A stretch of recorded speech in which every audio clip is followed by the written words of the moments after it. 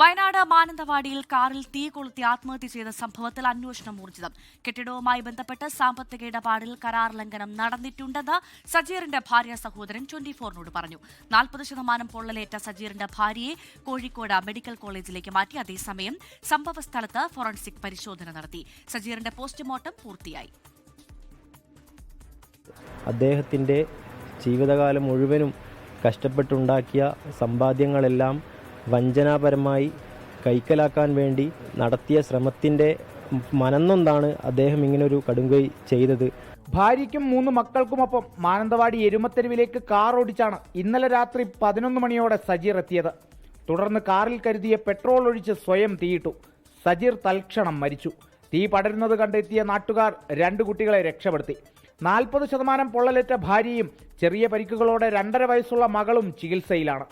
ബിസിനസ്സിൽ തന്നെ വഞ്ചിച്ചുവെന്ന് സജീർ ആരോപിച്ച മാനന്തവാടിയിലെ വ്യാപാരിയായ EC ബാപ്പുവിന്റെ വീടിന് മുന്നിൽ വെച്ചായിരുന്നു ആത്മഹത്യ.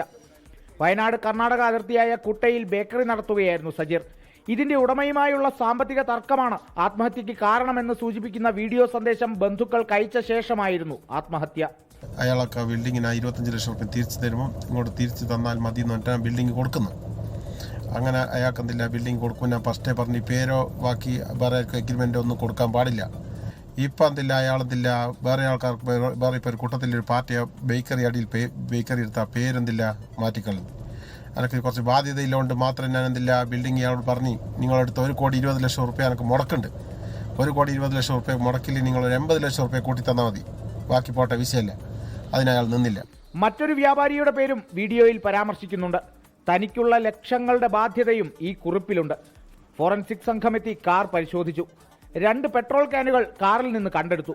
സജീറിന്റെ ആരോപണങ്ങളെക്കുറിച്ച് മാനന്തവാടി പോലീസ് വിശദമായി അന്വേഷിച്ചു വരികയാണ്. 24 വയനാട്. ലോകത്തെവിടെയായാലും ഏത് സമയത്തും 24 വാർത്തകളും ഓഗ്മെന്റഡ് റിയാലിറ്റി പാക്കേജുകളും എക്സ്പ്ലെയിനറുകളും വിശദമായി കാണാൻ ഞങ്ങളുടെ യൂട്യൂബ് ചാനൽ നിങ്ങൾക്ക് സബ്സ്ക്രൈബ് ചെയ്യാം.